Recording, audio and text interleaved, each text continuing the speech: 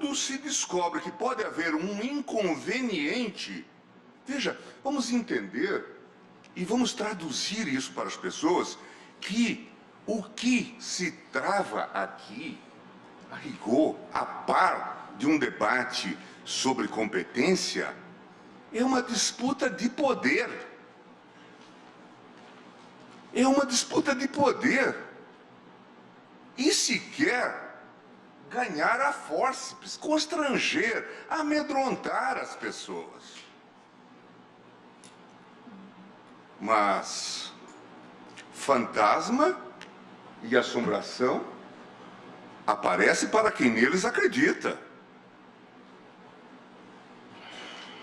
Nós vimos, são métodos que não honram instituições.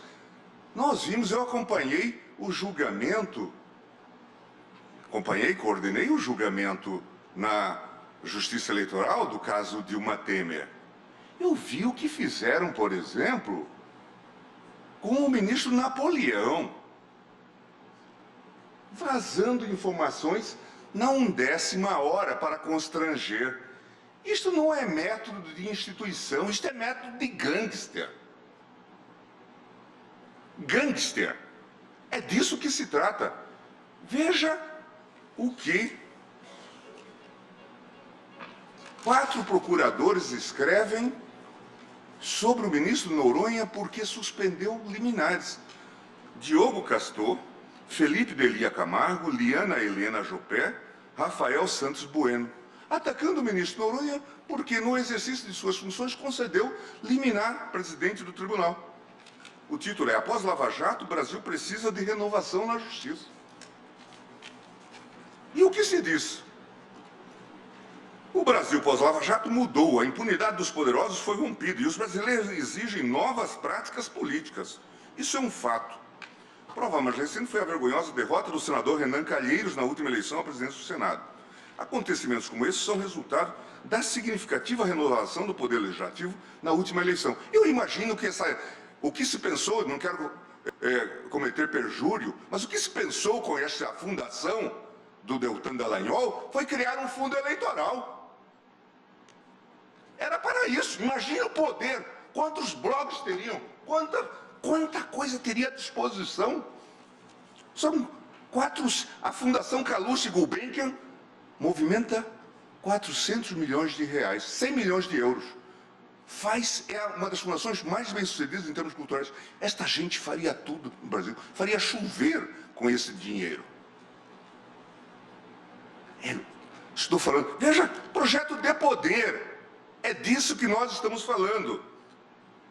E aí diz, o ministro João Noronha do STJ não possuía currículo que pudesse classificá-lo como pessoa de notável saber jurídico. Veja a injustiça, a ousadia desse tipo de gente. Desqualificada. Desqualificada. Não há na história desse país, da relação da Procuradoria com o Supremo e com os tribunais, esse tipo de tradição. Jamais. Quem encoraja esse tipo de coisa é um covarde. Quem é capaz de encorajar esse tipo de gente, gentalha, despreparada, não tem condições de integrar um órgão como o Ministério Público. Veja, nem pensamento estratégico tem, porque a toda hora vai estar peticionando lá. Agora, por que se faz isto?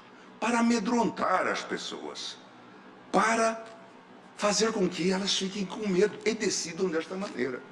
São capazes de fazer a Polícia Federal interceptar conversas, de fazer ameaças, como fizeram ao ministro Napoleão e fazem a outros.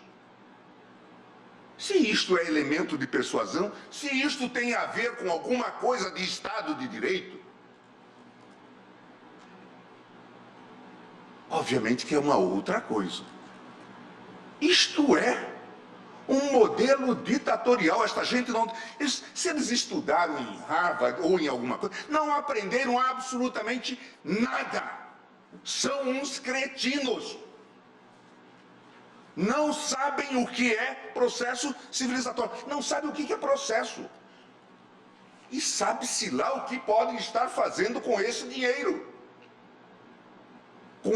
Porque, a rigor, quem atua limpamente no processo não se apaixona pelo processo. Não sai a fazer esse tipo de imprecações. Perde-se ou ganha-se. A rigor tem que ter imparcialidade. Quem faz esse tipo de imputação não teria condições de estar atuando nos processos. Não sei por que as partes, até agora, não arguíram a suspeição dessas figuras.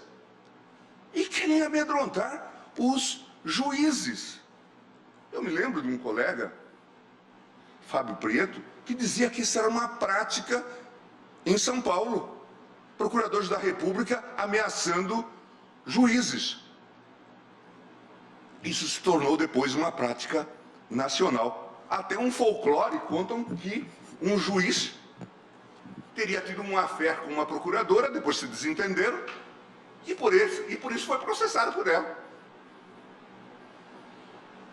Isso é folclore da Justiça Federal de São Paulo. Não é possível isto. Vamos nacionalizar um mínimo de moralidade, de civilização. Parem com isso. Por quê? Porque não estão falando com pessoas assombradas. Não é ninguém que roubou galinha com eles ontem. É preciso ter respeito às instituições. Veja quando esses falsos heróis estão nos cemitérios hoje. Descobre-se exatamente que eles integram máfias, organizações criminosas. Está se vendo que o combate à corrupção é lucrativo.